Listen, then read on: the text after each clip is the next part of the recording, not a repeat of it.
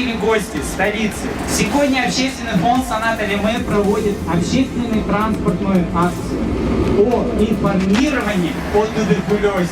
Твое здоровье в твоих руках.